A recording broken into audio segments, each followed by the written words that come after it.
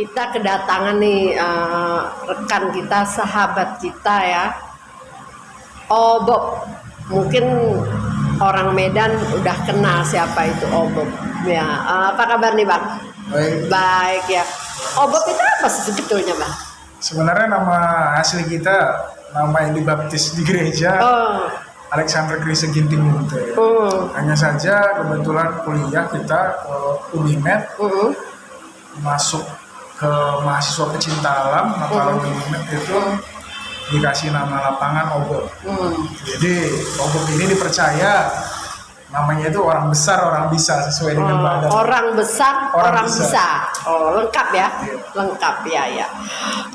Di dalam beberapa tahun ini ya, kita udah memasuki pandemi hampir 3 tahun, 2022. Ini lebih gencar kopi Medan, kopi kekinian dan sebagainya ya. Kira-kira menurut Abang Obob sendiri sebagai budayawan muda ya untuk kota modern, muda berkarya bekerja. Nah, ini apa nih Bang? Kopi. Kayaknya Abang juga penggemar kopi juga, hitam-hitam nih. Ya. Berbicara kopi tentang kebudayaan dan masa pandemi saat ini, penikmat kopi itu nggak berkurang, bahkan kalau dikaji bisa meningkat, karena hari ini budaya minum kopi ini tidak menjadi milik lagi kaum tua atau kaum bapak, bahkan sekarang kaum perempuan juga sudah buat komunitas kopi mereka, anak muda sudah kopi, bahkan hari ini anak SD, SMP mereka sudah coba kopi dengan kopi-kopi kekinian, kan banyak merek sekarang yang di luar, bahkan kopi campur boba, kopi campur macam-macam lah dengan variasinya.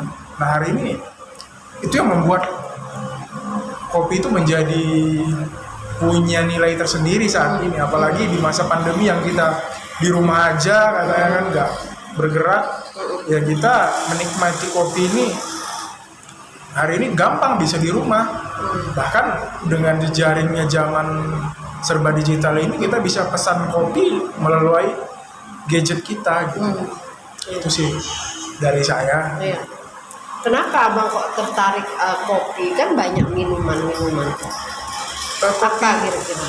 Kopi ini memiliki penikmat sendiri, memiliki cita rasa sendiri, karena khusus kita Sumatera Utara atau Sumatera banyak kopi nih, di Aceh kopi Sidikalang, Rintong, kopi Karo dan macam-macam, Gayo.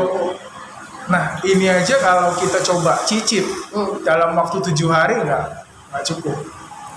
Hari Senin misalnya kopi Gayo, Selasa itu juga butuh waktu. Jadi hari ini masing-masing orang kenapa gandrung ke kopi, saya juga suka kopi ya, karena kita hari ini dibuka lebar-lebar bahwa kopi ini nggak hanya hitam, pekat, atau pahit, tapi hari ini kopi banyak macam rasa. Macam rasa. Ini kayak ini ya, seperti teh manis ya. Teh manis, coklat. Nah, bukan si hitam manis. Benar. Itu sih. Jadi hari ini mulai dari kelas, kalau dikaji ke kelas sosial, dari kelas yang paling bawah sampai kelas yang paling atas, udah hari ini minumnya kopi. Ya. Kira-kira menurut cara pandang Abang, apakah ada berpengaruh dengan kesehatan? Kira-kira setahu Abang ya? Nah, sejarahnya juga kopi ini, kalau di sejarahnya kan kopi ini pakai kita bahasa Arab sih, kahwar, kekuatan. Jadi dulu kopi ini digunakan juga sebagai tenaga untuk kuat beribadah di biksu-biksu Ethiopia. Jadi sekarang ini juga mindset kita kopi ini sebagai pembantu untuk biar tahan begadang atau apa ya. Dan ternyata kafeinnya sendiri juga baik dalam kontrol tertentu dalam kandungan dosis. Artinya ya semua yang kebanyakan kayaknya nggak bagus sih Bu. Iya betul ya. Saya dengar-dengar juga abang selain berkecimpung di kopi ini juga abang merupakan pemerhati ya, pemerhati. Saya dengar juga punya rumah baca ya kan, pernah ikut di lapangan masalah bencana gitu. Kira-kira ada kepuasan pribadi rohani atau gimana gitu? Gimana ya kalau Tanpa digaji loh. ya berpikirnya sederhana aja sih. Ah, Selagi kita masih berguna buat orang lain ya kenapa? gitu ya. Selagi kita masih bisa berbagi, kenapa? Berbagi itu kan nggak selamanya materi. Iya. Mungkin berbagi pikiran. Iya. Kalau kita hari ini punya tenaga ya berbagi tenaga. Karena di luar sana sebenarnya masih banyak yang membutuhkan kita. Betul. Ini sih yang sebenarnya hari ini orang-orang muda harus paham bahwa hidupmu itu nggak sia-sia. Bahkan hari ini sampah yang kita hasilkan pun menghasilkan. Bisa menghasilkan buruk, bisa menghasilkan rezeki. Iya. Kalau kita buang sembarangan ya bisa banjir. Tapi kalau kita kumpuli hari ini sampah laku kok. Bayangkan sampah aja yang udah kita buang dari hidup kita pun masih berharga. Iya. Apalagi diri kita. Ada bank sampahnya lagi. Iya, Ya. ada bank sampah. Ada bank sampahnya. Jadi itu sih membuat keterkaitan menulis, berliterasi, berbagi cerita itu sederhananya ya aku menulis untuk berbagi rasa. Karena tidak semua kan kita bisa ngobrol sama semua orang, ya kita menulis, mungkin dari tulisan kita orang bisa, oh ini loh rasanya. Tapi dari beberapa pandangan pengamat ya bang, untuk saat ini sampai saat ini rasa sosial dan empati daripada sosok sebagai muda ya itu agak berkurang ya. 80% itu berkurang. Itu apakah karena faktor teknologi atau kurangnya keseimbangan komunitas atau gimana itu?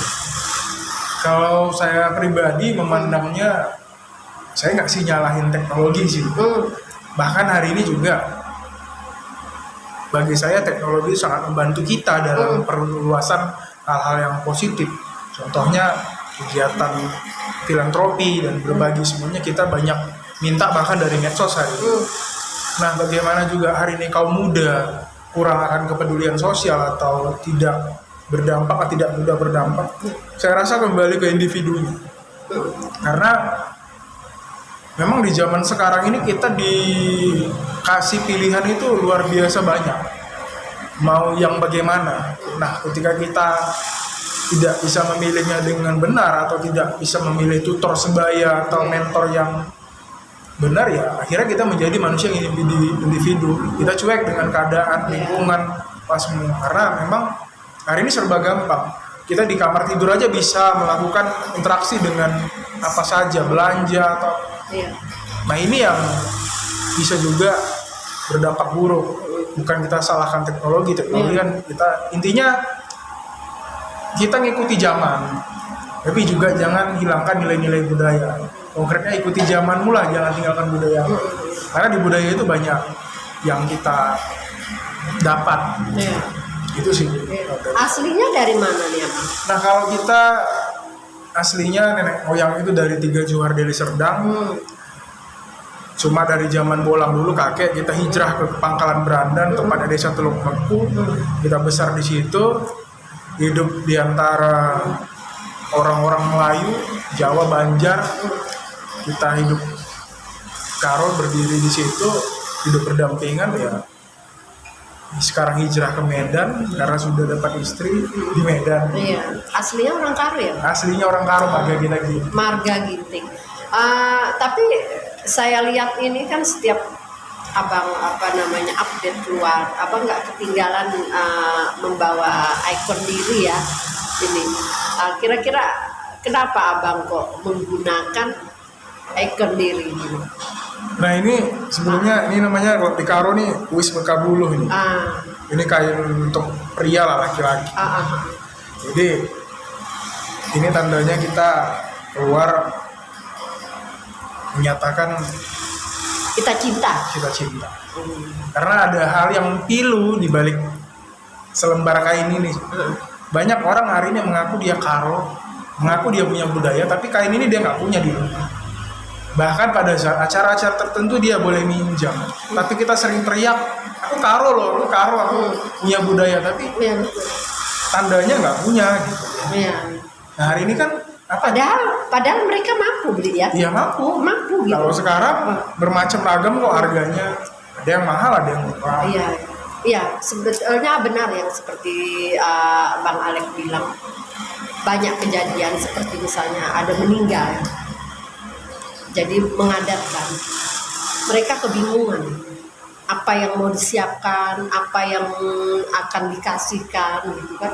Itu kan bersangkut paut juga dengan adat-adat yang miris, jadi sampai meminjam gitu. Padahal yang meninggal itu kan orang tuanya sendiri, anak-anaknya ini enggak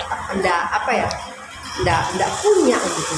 Jadi rasa budaya, rasa sosial, rasa cinta tadi itu sudah luntur gitu. Kira-kira Bang untuk menumbuhkan rasa itu biar lebih ngebum lagi kira-kira? Kalau saya secara pribadi berbicara tentang kebudayaan itu sebenarnya pendidikan sejak dini. Makanya saya pernah nulis masuk ke media cetak juga, jangan asingkan anak dari budaya itu.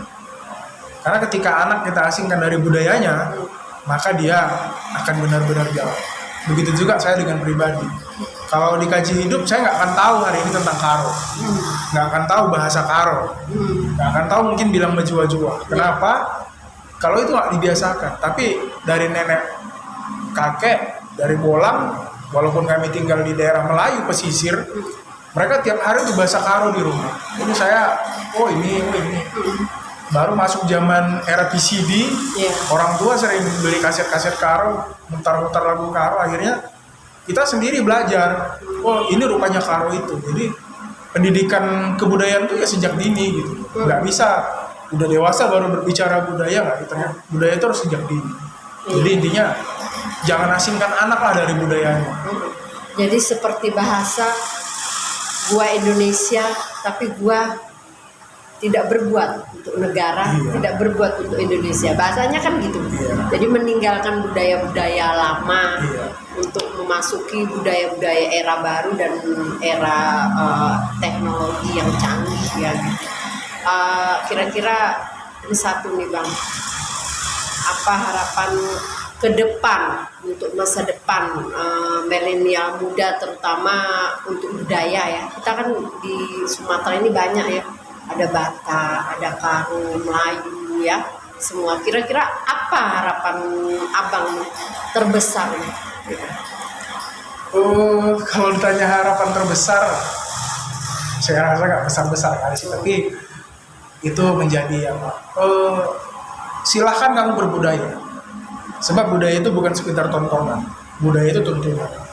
Bebas mau itu dia orang Jawa mengangkat budaya Jawa, orang Batak mengangkat budaya Batak, orang Karo mengangkat budayanya. Silahkan angkat, ayo kembali gali lagi apa yang telah, kalau saya bilang jemputlah yang tercecer, kutiplah yang berserak. Gitu. Tapi jangan kita menjadi orang yang menjadikan seluruhnya itu salah. Contoh, saya orang Karo nih, nggak bener tuh budaya Jawa, nggak bener tuh budaya Batak, nggak bener. Seolah-olah suku saya merasa paling benar, itu nggak boleh. Karena perbedaan itu yang membuat harmoni kebudayaan itu semakin baik. Perbedaan itu yang mengajarkan kita bahwa budaya itu benar-benar bimbing. Makanya ada istilah di mana bumi dipijak, di situ langit dijunjung. Karena budaya itu luar biasa, Bu. Dampaknya saya juga hari ini merasakan luar biasa. Saya pergi ke Aceh, saya gunakan Wis Karo ini, saya disamperin sama orang Karo juga. Artinya kan jika kita mengakui identitas kita, orang juga akan mengenal kita. Karena budaya itu punya dua, unsur dan ciri. Minimal hari ini kita harus punya ciri kebudayaan. Bagaimana wanita-wanita Sumatera punya ciri, bagaimana pria-pria Sumatera juga punya ciri kebudayaan. Begitulah kebudayaan. Jadi budaya itu terus tumbuh ketika kita memang menghargai budaya itu, sekecil apapun bentuknya. Ini adalah kopi, warnanya hitam. Ibarat budaya tetap sampai zaman ke zaman, tetapi kita jangan merubah rasa daripada kopi ini, dan kita jangan merubah budaya yang ada. Kita kembangkan, kita gali, kita up kembali, dan satu, tetaplah kita menjadi karakteristik daripada budaya itu sendiri.